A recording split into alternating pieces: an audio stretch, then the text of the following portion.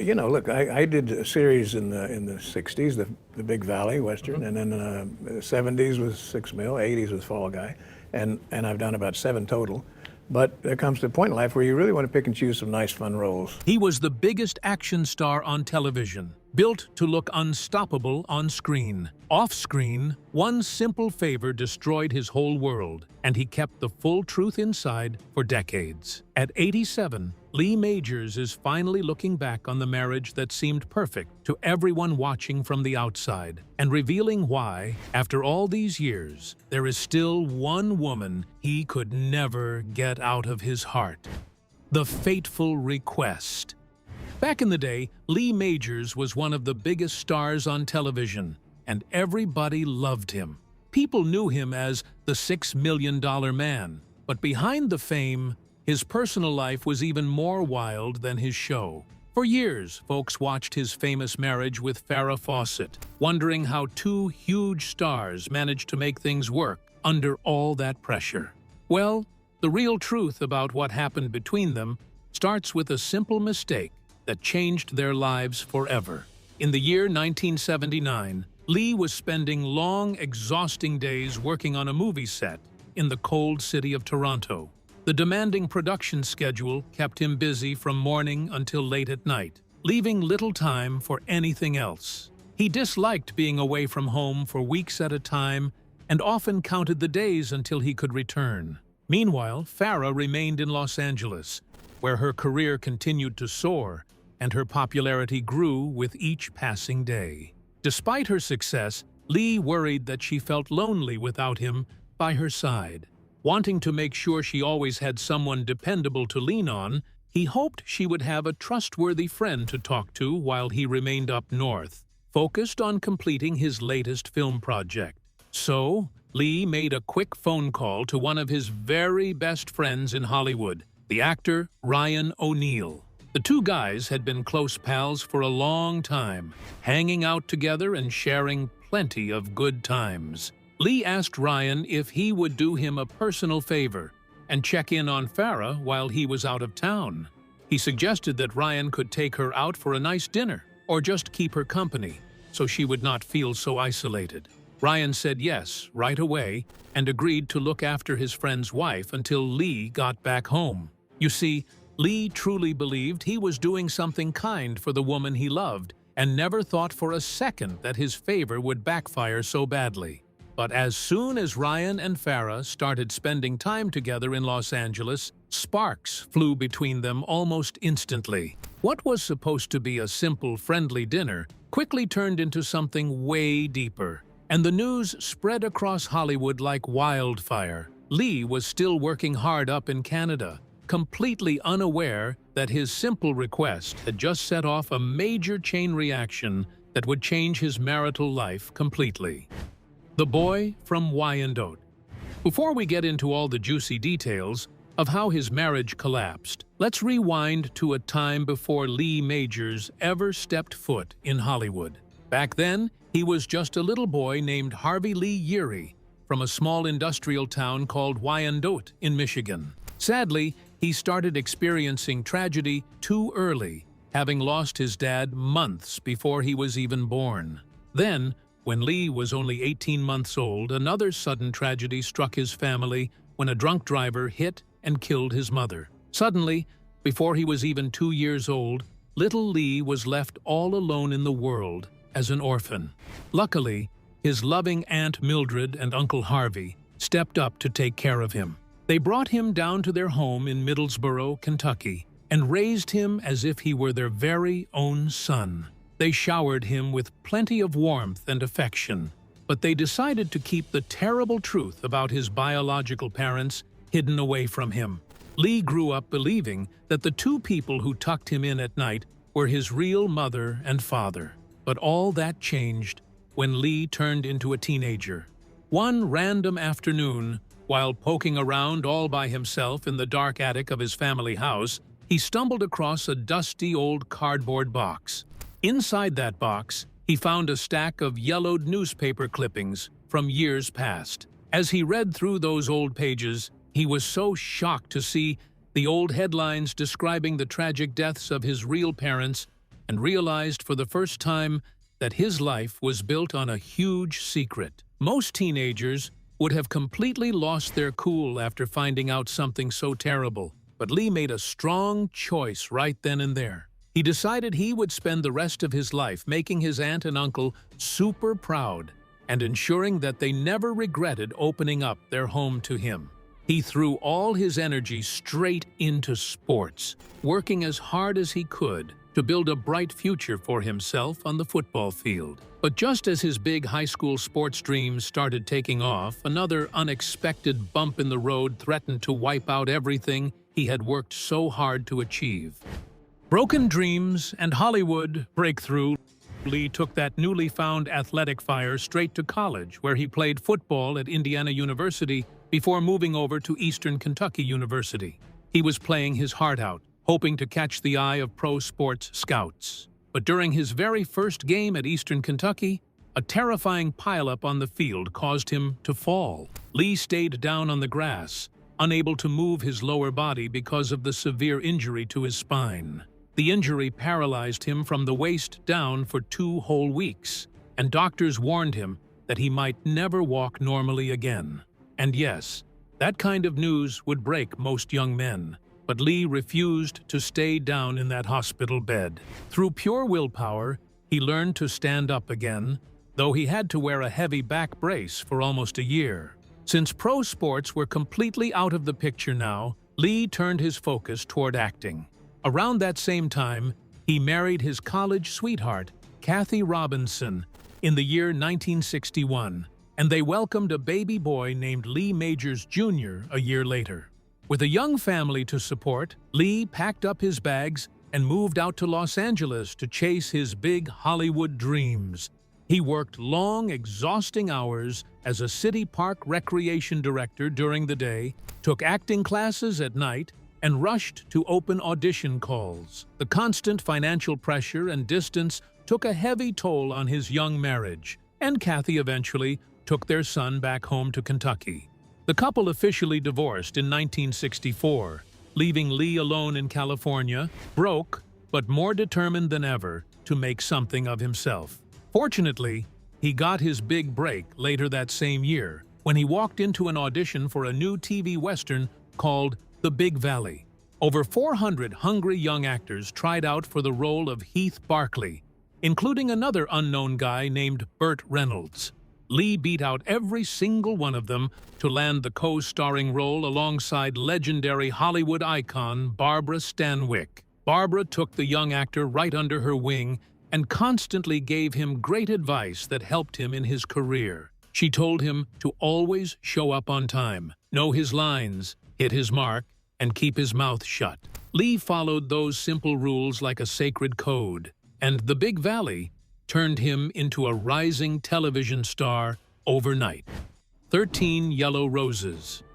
By 1968, Lee was a household name thanks to his starring role on The Big Valley, but his romantic life was pretty low-key. That all changed when his publicist, Dave Gershenson, spotted a stunning 21-year-old model who had just arrived in Los Angeles from Texas. Her name was Farrah Fawcett, and she was trying to get her start in Hollywood. Dave knew Lee was looking for a date for an upcoming event, so he set up an introduction between the two. Lee was definitely interested, but his first move was a little rough. He left a direct message on the answering machine at Farrah's all-girls boarding house, telling her he would pick her up at 8 o'clock.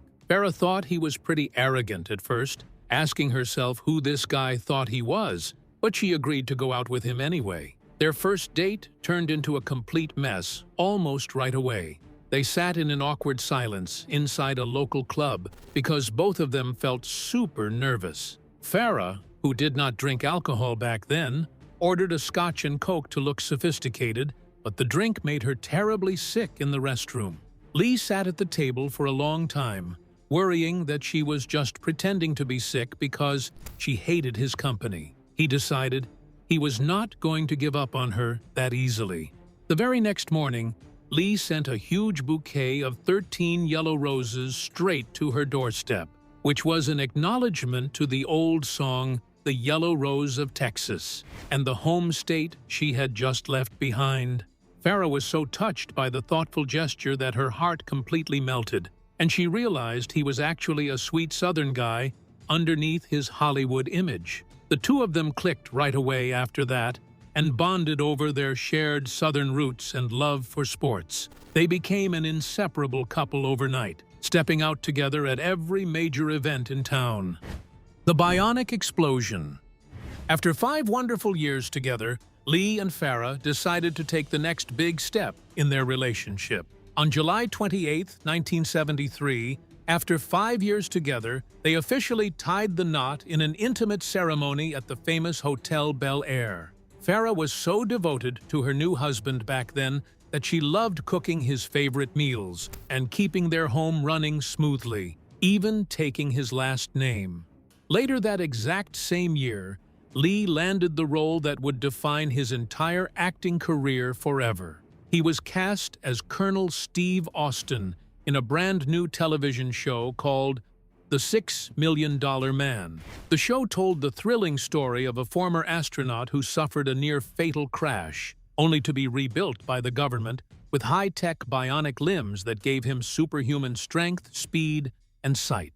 The show started out as 3 television movies in 1973 before turning into a regular weekly series in early 1974, and the response from viewers was completely wild. Almost overnight, The $6 Million Man became a huge hit and eventually aired in over 70 countries around the world. Every kid across America wanted to be Steve Austin, running around playgrounds in slow motion while making that famous bionic sound effect with their voices. Toy stores could barely keep the official Steve Austin action figures, lunchboxes, t-shirts, and other merch items on the shelves. Just like that, Lee became one of the most recognizable men on planet Earth. But regardless of all that success, Lee never forgot about the young wife he loved so much.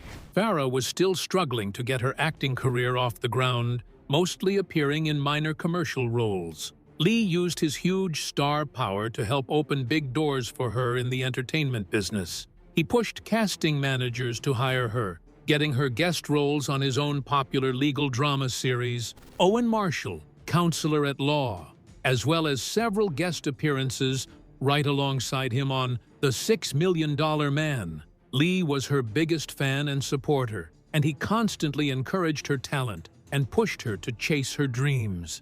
In 1975, the producers of the Bionic franchise created a spin-off series called The Bionic Woman, starring Lindsay Wagner as Steve Austin's love interest, Jamie Summers. Lee worked closely with Lindsay, showing her incredible professional support and making sure she felt comfortable in her new leading role. Lindsay even praised Lee for being an exceptionally generous acting partner who always cared about making the scenes great rather than just hogging the spotlight for himself. By 1976, Lee's generous efforts to boost Farrah's career paid off in a way he never could have anticipated. Producers were casting a new television show about 3 female private investigators called Charlie's Angels. Thanks to her growing television credits and Lee's strong backing, Farrah landed the role of Jill Monroe. Lee was thrilled for his wife and was excited to see her finally get the big career break she had worked so hard to achieve. But as Charlie's Angels prepared to hit the television airwaves, neither Lee nor Farrah had any idea that her newfound fame was about to explode into an uncontrollable storm that would push their marriage straight to the breaking point. The red swimsuit poster and the price of superstardom. Right around 1976, Farrah did a famous photo shoot wearing a bright red one-piece swimsuit in her backyard. She did her own hair and makeup without any professional team, just sitting on a colorful blanket in front of a simple backdrop that was actually the photographer's spare car seat cover. The shoot almost fell apart when nothing was clicking, and it was only when the photographer asked if she had anything else to put on that she disappeared into the house and came back out in that red swimsuit. He knew right away that was the shot. Out of dozens of frames from that session, Farrah herself picked her favorite and mailed it back to the poster company with a star marked next to it. trusting her own instinct over anyone else's opinion in the room. That single photograph ended up selling over 12 million copies worldwide, becoming the best-selling poster in history, and turning Farrah into an absolute icon overnight. When Charlie's Angels premiered on television later that year, the show became an instant smash success, and Farrah was suddenly the most talked-about woman in America. Her trademark layered haircut was everywhere, and thousands of fans went wild for her every single time she stepped outside her front door. Security guards had to stand watch around their house just to manage the huge crowds of people trying to catch a glimpse of her. But as her star power soared higher and higher, the simple home life she and Lee built together began to break apart under the heavy weight of their sudden fame. Back when they first got married, Farrah loved being home early to cook dinner for Lee every night. But those days were completely gone now. Both of them were working grueling 14-hour days on completely different studio lots across town. They were so busy rushing from one filming set to another that they barely had any energy left to sit down and talk like a normal married couple. Years later, Lee admitted that there was one whole year where they only spent about 2 weeks together total because of their crazy work schedules. You can easily see how living like two strangers sharing a mailing address started putting a heavy strain on their bond. Lee wanted the very best for his wife, and he truly believed she belonged on the big screen as a serious movie actress rather than being stuck doing a weekly television series for years. So, after just one season on Charlie's Angels, he supported her choice to leave the hit show behind to go make feature films. That risky move triggered a long legal battle with the producers, who ended up suing her for $7 million over breach of contract, eventually forcing her to return for several guest appearances in later seasons just to settle the lawsuit. To make matters worse, the big movie roles she took on did not perform well at the box office at all. Films like Somebody Killed Her Husband and Sunburn flopped with movie reviewers and audiences alike, even though she was earning around $750,000 per picture. Lee felt terrible watching her struggle through all the media backlash, wondering if opening so many industry doors for her had accidentally created a wild situation that neither of them could control. By 1979, the distance and daily pressure were getting way too hard to fix. The two of them were drifting further apart each day, constantly surrounded by endless cameras and pushy reporters. They eventually decided to announce an official trial separation, hoping some breathing room would help them sort things out. Lee was feeling lonely and missing his wife deeply, but he still wanted her to be cared for while he was away working on new projects. That was when he asked for the aforementioned favor from his friend, Ryan O'Neal. The heartbreak.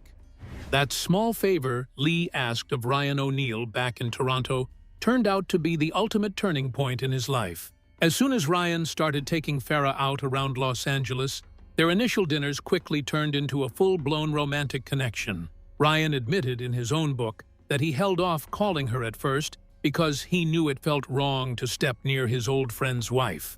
But once they went to that first concert together, the chemistry between them was simply too intense to stop, and they fell head over heels in love. Back up in Canada, Lee started hearing rumors about the two of them spending almost every single evening together. At first, he could barely bring himself to believe that his trusted buddy would cross that line. But as the news made headlines across every entertainment outlet in town, the painful reality hit him like a brick wall. Lee picked up his phone and called Ryan directly, asking him as a friend to back off and leave Farrah alone so they could try to fix their broken marriage. Ryan gave him a direct answer that shattered Lee's heart into a million pieces, telling him plainly that he could not walk away because he genuinely loved Farrah. The public went completely wild over the love triangle, with tabloids printing every single detail on their front pages week after week. Reporters chased Lee everywhere he went, practically begging him to throw a huge public fit, write a juicy tell-all book, or slam his former best friend on television. Most men in his shoes would have lashed out in anger or tried to ruin the people who hurt them so deeply. But Lee chose a totally different path and decided to keep his head high and hold his personal pain inside. He gave only one short interview during that painful period, showing a rare glimpse of his soft side to People magazine in 1980. He told them very simply that he might joke around a lot, but the bottom line was that he felt completely lonely and miserable without her around. Their divorce was officially finalized on February 16, 1982, ending a 9-year marriage that millions of television fans had once viewed as a real-life fairy tale. Lee packed up his things and walked away from the whole mess with absolute dignity, never speaking a single bitter word against Farrah or Ryan in public. He refused to let that deep personal betrayal define the rest of his life or ruin his professional career. The Fall Guy and a third decade of hits.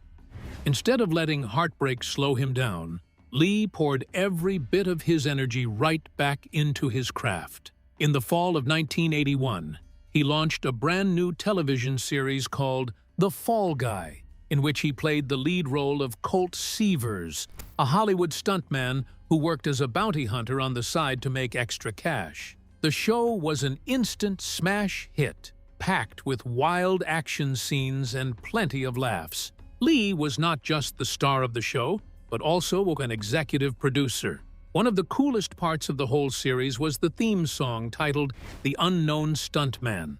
Producers originally wanted a professional singer, but Lee stepped into the recording booth and sang the track himself. The clever lyrics poked fun at his real-life romance history, including a playful line mentioning how he had been seen with Farrah back in the day. Fans absolutely loved hearing him sing about his own life with such dry humor, and the song became a huge favorite on radio stations across the country. The Fall Guy ran for 5 fantastic seasons, which was a truly rare milestone in entertainment history. Lee had now headlined 3 massive hit television shows across 3 consecutive decades: The Big Valley in the 1960s, The $6 Million Man in the 70s, and The Fall Guy in the 80s. Almost no other television actor in Hollywood history had ever pulled off a streak quite like that. He also loved bringing back old acting buddies for guest spots, as seen when he invited friends like Linda Evans and Lindsay Wagner to join him on set.